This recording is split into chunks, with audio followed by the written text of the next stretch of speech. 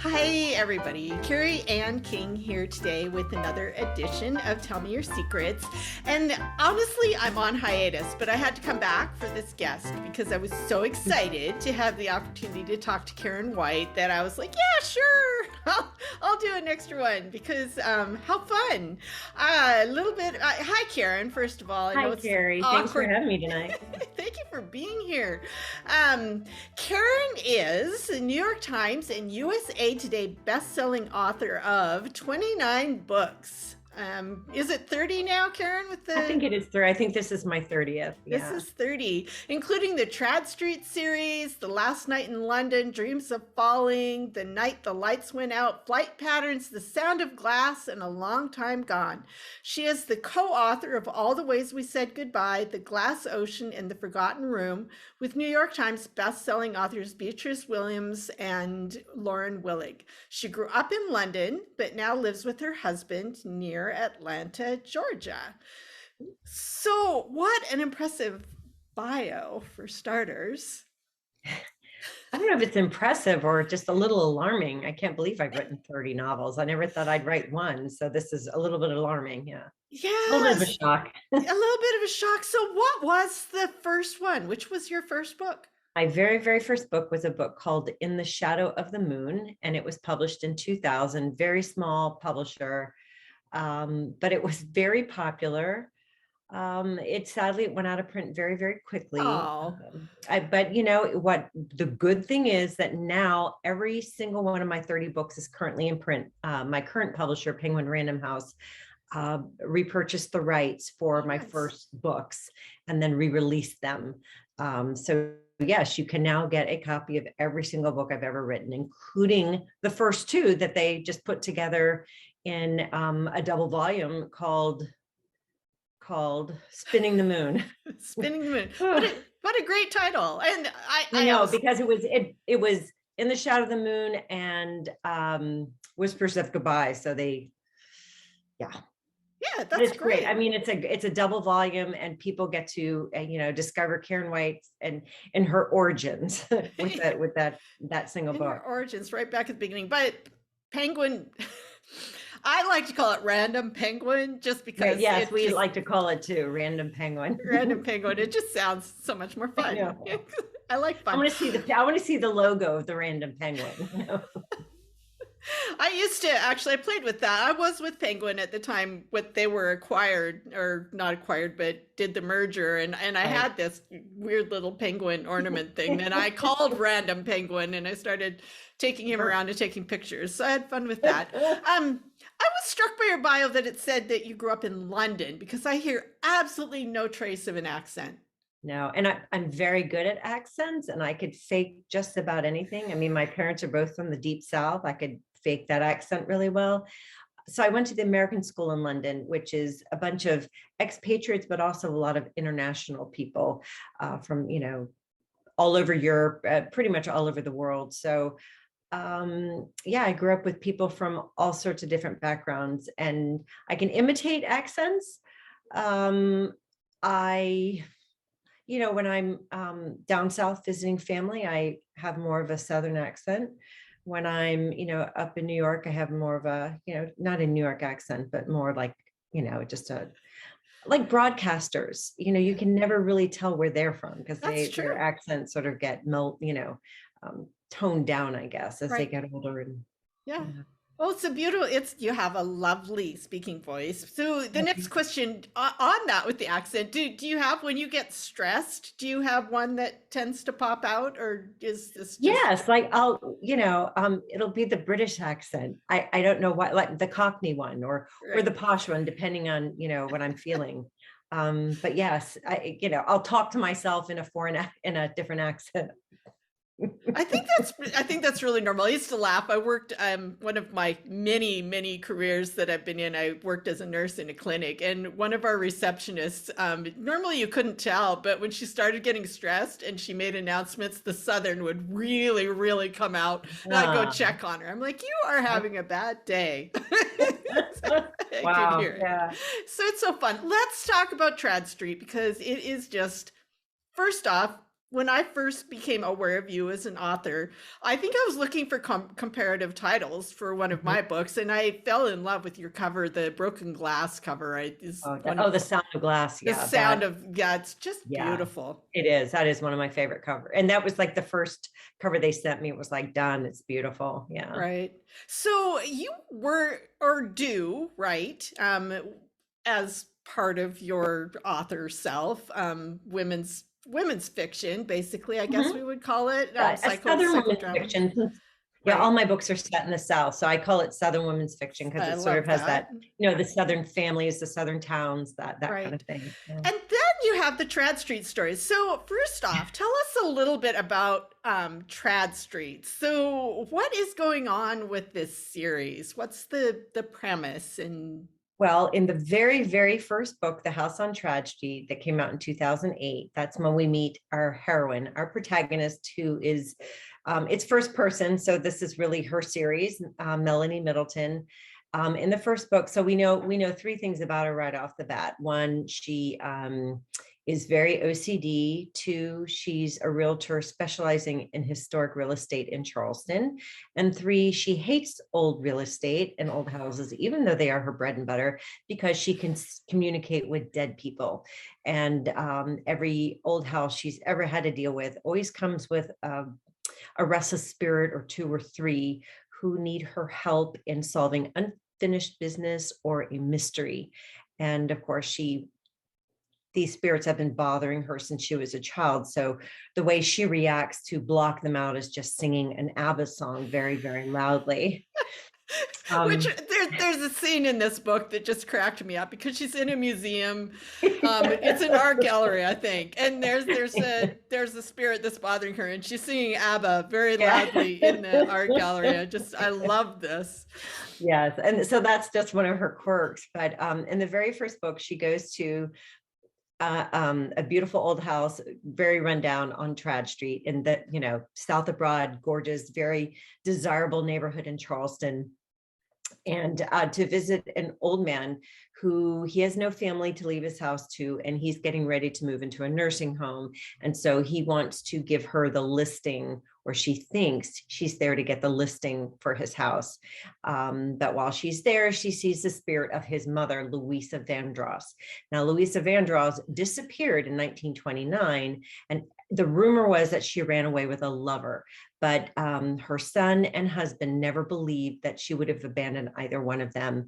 And her son, the elderly gentleman who is left in the house, has been trying to prove that the rumor was false his whole life, but has been unsuccessful.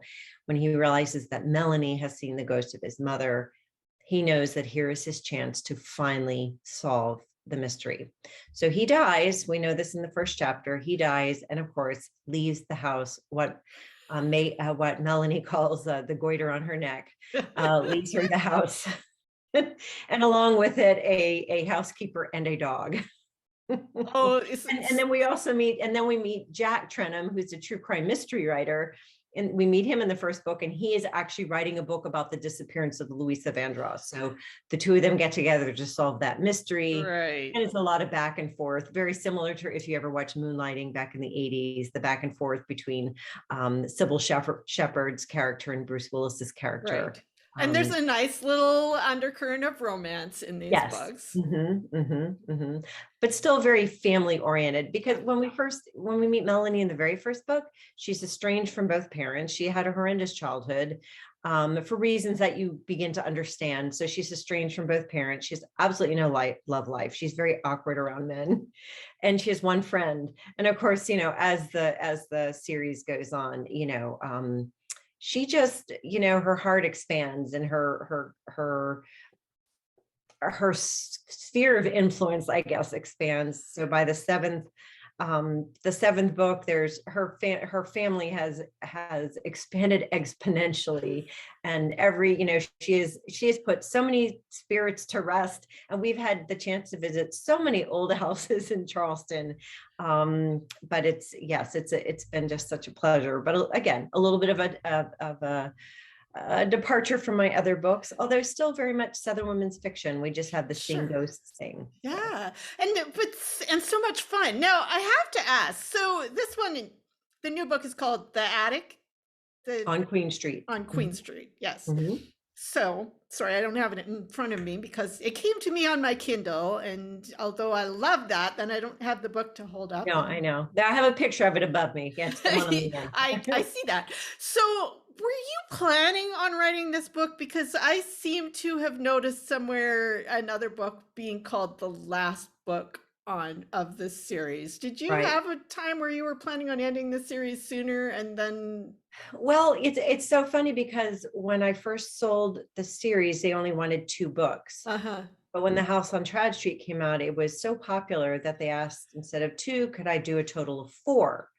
So I said, great. So that's when I wrote the 4th book, then was Return to Trad Street. That's what Right. has the title, and everything was getting tidied up. Yeah. And then I typed the end and I realized I really wasn't ready to end it. So I snuck in a little epilogue, hoping my editor would, take the bait. And the epilogue was basically an anonymous letter from to the editor of the Charleston Post and Courier, saying that they had it on good authority that not all of the dead bodies had yet been discovered on the property at 55 Trad Street. So of course my editor's like, okay, how about 3 more? And that's how we got 3 more books in the series. So, but this is definitely the end. This is But definitely I've got something else coming that I think readers will be excited to know about. Well, and we'll ask you whether you can drop clues about that in just a minute. So we're wrapping up the ends in this book, and I'm always, it's funny with this series because I kind of feel like if we talk about this book, then we're giving things away for the people who haven't read earlier books, and yet we want to talk about the new book. So, can you tell us a little bit about the premise about this one? Right. So in the penultimate book in the series, The Christmas Spirits on Trad Street, it did not end well. Jack and Melanie have had this back and forth for so long, and it finally came to a head.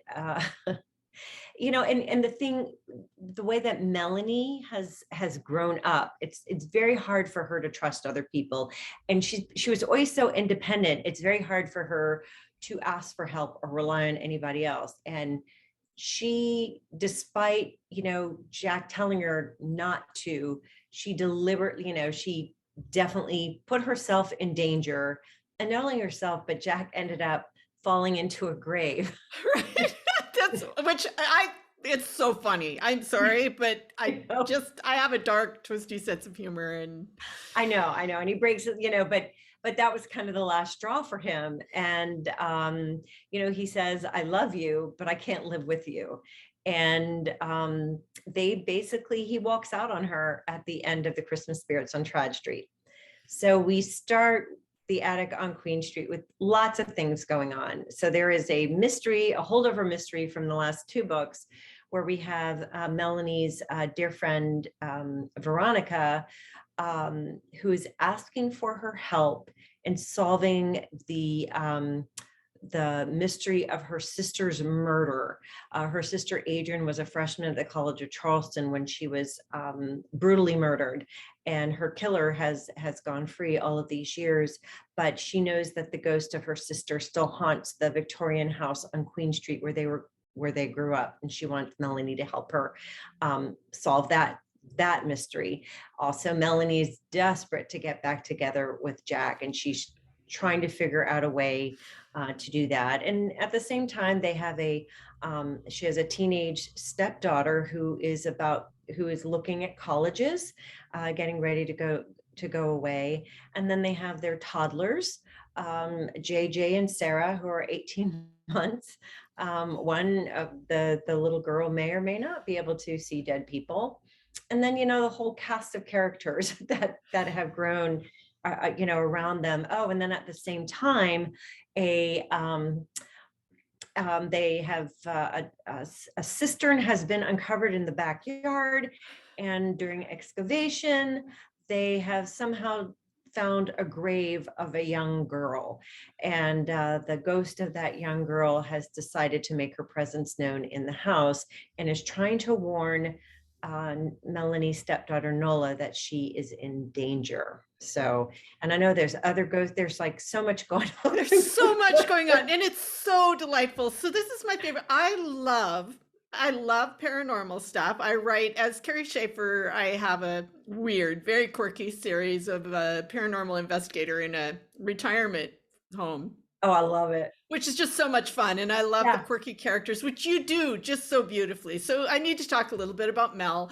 You mentioned that she's OCD. So what this means, readers, if you haven't read any of this yet, she spreadsheets and everything all carefully, all planned out. And the people who know her and love her will find ways to try and get around her spreadsheeting everything. And her label gun, she And her labels label everything. gun, yes. And also, one thing I loved about her is that she loves sweet things. So she's always eating desserts, which is one You of won't the share. Yeah. one of the children, rather than having a blankie, sleeps with a whisk.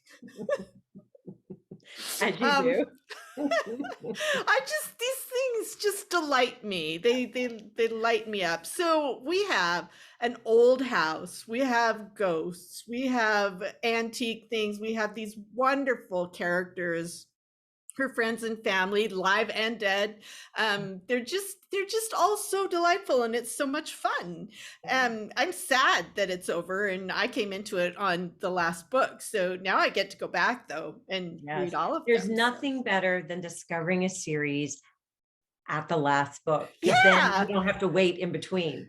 Right, absolutely. That's Elizabeth Peters. I discovered the Amelia Peabody books. Yes. I think I picked up book 4 in a giveaway pile at the office. I read it and I was like, oh my God. So I went back and I got to read them all from the beginning to the end. Yeah, that's the best. But this isn't the last we're going to see of the characters. So tell us more. So, and gosh, I don't have the cover up, but I'm writing the first book in a spin-off series. It's going to feature, it'll be about 10 years after this book. So Nola will have graduated from college and grad school, and she will be moving to New Orleans to start a new life there, as she's starting a new job as an architectural historian for a civil engineering firm. And she's buying her first house. Of course, Melanie has to come and help her. It's an old Creole cottage in the Marigny. But the character that you met, Bo Ryan, will be a main character in this book because he's from New Orleans and he has the gift. And Melanie has noticed, and in the attic on Queen Street that there's a pair of wet footprints that follows Bo around. Right. And we find out that Bo's parents and little sister disappeared in Katrina. So, there's that little mystery. So we will definitely see Bo, but this is Nola's series. And the first one is called The Shop on Royal Street, and it comes out March 29th. Ooh, so in the spring already. Yes, it's already written. Yes, and my editor, bless her heart, she gave me the revisions on the day that this book came out, and I was heading out on book tour, which is very sweet. But I turned them in on Monday. Oh my goodness! So this is Karen. It's so delightful that you are taking time here. If you're listening to this podcast, you should know that Karen is currently on a book tour for the book. She's talking to us from her hotel room, and you have revisions, and oh my God. I turned in copy edits today for the collaboration. Oh, this is crazy. I know, right? Oh, why do they do this? I don't know. I'm doing the holidays. I had the same thing. I was deadline writing when my last book came out also. It's crazy, but it's part of the life. It's what we do. So tell us about the collaboration. So excited. So this will be our fourth. Beatrice, Lauren, and I, it's three writers walked into a bar and realized we were having such a good time together. We started brainstorming ideas to get a publisher to pay for our girls' trip and our bar bill. And we thought, gosh, all we have to do is write a book together. And so we did, and that was The Forgotten Room, and that one actually hit the New York Times list. It was very exciting. Yeah. And the books have been very popular. And so the next one is called The Lost Summers of Newport, and it is set in Newport, Rhode Island. And the three time periods are 1899, 1950, seven, excuse me, and modern day. And it involves a Gilded Age mansion and a mystery within its walls that will be explored. Sounds absolutely delightful. And we're almost out of time, Karen, talking about the attic on Queen Street, by the way. But I need to know this because you had begun by writing a different sort of book. What possessed you to all of a sudden decide I'm going to write a series about a character with ghosts and old houses? You know what? The idea of writing a series came to me first. And then, I was starting to just kind of think about because you have to have a pretty compelling main character to carry a series. Yeah. Mm-hmm. So, I knew she had to be quirky and memorable.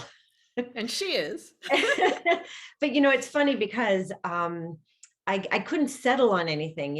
She was going to be a police detective or, and I didn't know anything about the ghost. The ghost thing wasn't part of it.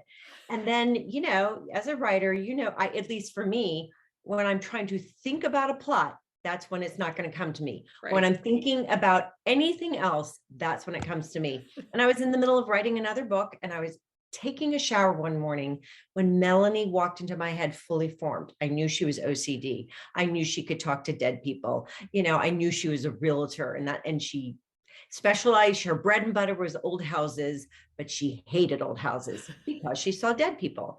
And I just thought, oh, wow, that's kind of different. I really like it. Yeah. And the rest, as they say, is history. Luckily, my editor and agent, let me go with it. Right. So yeah, that was pretty awesome. Oh, what a great story. I love when that happens. That's my favorite part of being a writer, is those moments when the character or the idea just shows up from out of nowhere. That's the fun stuff. And I'm very lucky to have an editor who really trusts me as an author. If I'm in love with an idea, then she knows that that's the idea that I need to run with. Right. She doesn't try to interfere with that. And, because you have to admit, if you look at everything else I've written, and then you look at The House on Trad Street, it's like, what? Right. But then it was really interesting too, because they wanted to change my name, thinking that, sort of like when Nora Roberts started writing as her other persona. Yeah. But then after they read The House on Trad Street, my editor and agent agreed that these are still very much character-driven Karen White Southern fiction books. So therefore I was allowed to keep my name, which is great because I've had a beautiful, wonderful crossover audience. Right. Which is lovely. They made me change mine. So I have two different names, and yeah, life gets a little crazy. So, and I love that because audiences are smart. Readers are smart. You're out there, readers. I know how smart you are. You know what you like. And they don't want to be misled. But I think this was the right call because these are still very much like my other books. So yeah. Right. So this is delightful. So this is the last book in the Trad Street series. It's called The Attic on Queen Street, but there is a new spin-off series I am delighted to hear coming in March. Yeah, March 29th. Stay tuned for that. Karen, where can people find you online if they want to know more? Visit my website. I have it up here behind me, karen-white.com. And that on that homepage, you can sign up for my mailing list. You can pretty much read about every single book, and also all the links for my social media. Perfect. I'm now on TikTok. So very brave of you. I made an account and I looked at it. That's as far as I got. It's yeah, I have help. I do have a Gen Zer, a 23-year-old helping me, holding my hand through all of this. So. Very nice. That's awesome. So yeah, Facebook, Instagram, all of that. I'm all there. Twitter. Just click on those links and follow me. And that's delightful. I thank you so much for taking time to talk to me today. This was so much fun. Everybody go to karen-white.com and have a look, find the things. And thank you for writing these wonderful books. And thank you for reading, and thank you for having me tonight. This has been fun. You're so welcome. Bye, everybody. All right. Good night.